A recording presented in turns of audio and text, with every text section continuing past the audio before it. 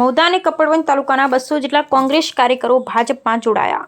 નડિયાદ સ્થાનિક સ્વરાજ્યની ચૂંટણીઓ પૈકી તાજેતરમાં સરપંચોની ચૂંટણીઓ યોજાઈ તેના પરિણામો પણ આવી ગયા, ત્યારે ગ્રામ વિસ્તારમાં હજુ પણ રાજકીય ઉથલપાથલ જોવા મળી રહી છે, જેને પગલે મૌદા અને કપડવંજ તાલુકાના 200 જેટલા કોંગ્રેસ કાર્યકરોએ પક્ષ સાથે છેડો ફાડી ભાજપનો ભગવો ઘેસ ધારણ કરી લીધો છે। ખેડા જિલ્લા ભાજપ દ્વારા નડિયાદ મુકામે કમલમ કાર્યાલયમાં સૌને આવકારવામાં આવ્યા હતા। મૌદા તાલુકા વાસણા ગામ અને કપડવંજના છીપડી ગામના 200થી વધુ કોંગ્રેસ કાર્યકરો ભાજપમાં જોડાયા હતા। દેશના વડાપ્રધાન નરેન્દ્રભાઈ મોદીની વિકાસની રાજનીતિથી પ્રેરાઈ આ કોંગ્રેસ કાર્યકરોએ ભાજપમાં જોડાવાનો નિર્ણય કર્યો હતો।